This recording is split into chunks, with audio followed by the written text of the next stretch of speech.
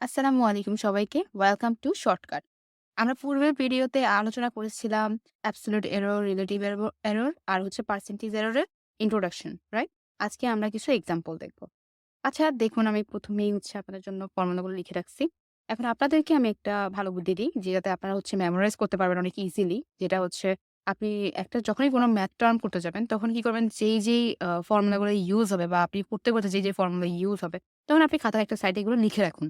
লিখে রাখলে এটা হবে কি, আপনি বারবার যখন করতে যাবেন তখন আপনার এই টার্মটা কষ্ট করে মুখস্থ করতে হবে না। এটা আপনার এমনি মেমোরাইজ হয়ে যাবে। আচ্ছা, চলুন তাহলে আমরা আমাদের এক্সাম্পল এ ফিরে যাই। এখানে দেখুন, আমাদের কাছে অলরেডি একটা প্রবলেমস দেওয়া আছে। এখানে হচ্ছে একটা এক্সাক্ট মান আছে, একটা হচ্ছে অ্যাপ্রক্সিমেট মান দেওয়া আছে আপনাদেরকে।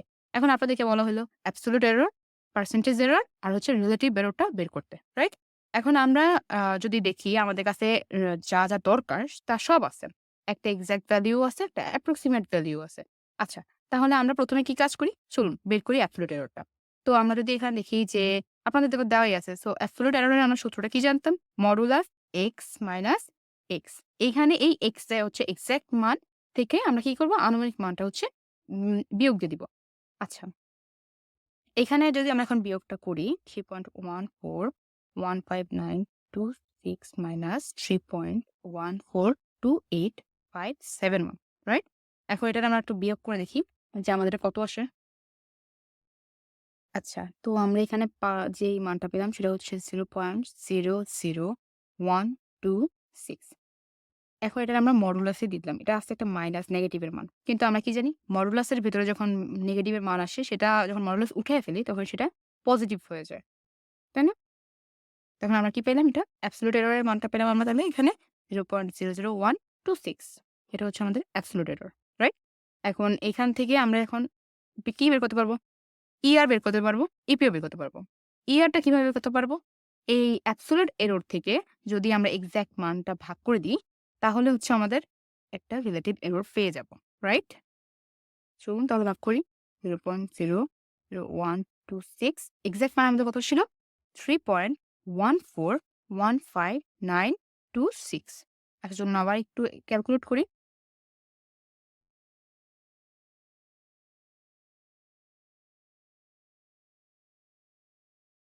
আচ্ছা, তাহলে আমরা এখানে যা পাই সেটা হচ্ছে 0.0004।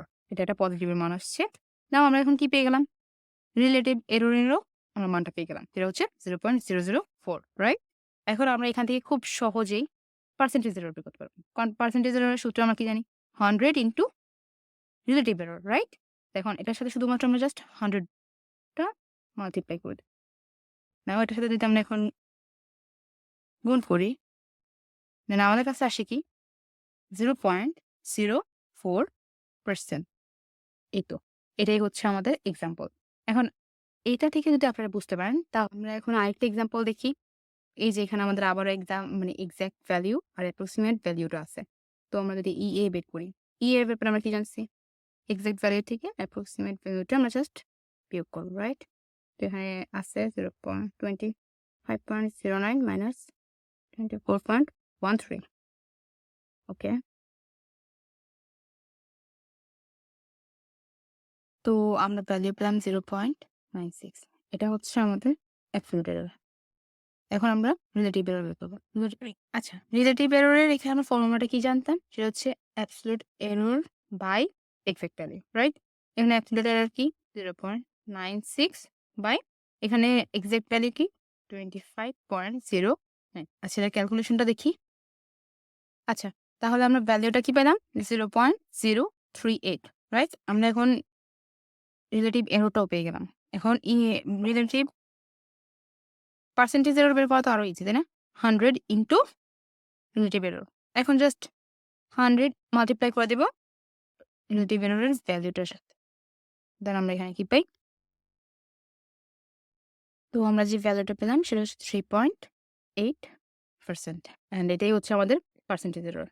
আচ্ছা, এই হচ্ছে আমাদের আজকের জন্যই ২ টা এক্সাম্পল। এখন আমি আপনাদেরকে একটা এক্সাম্পল দিচ্ছি, যেটা হচ্ছে আপনাদের হোমওয়ার্ক হিসাবে আপনারা করবেন এটা।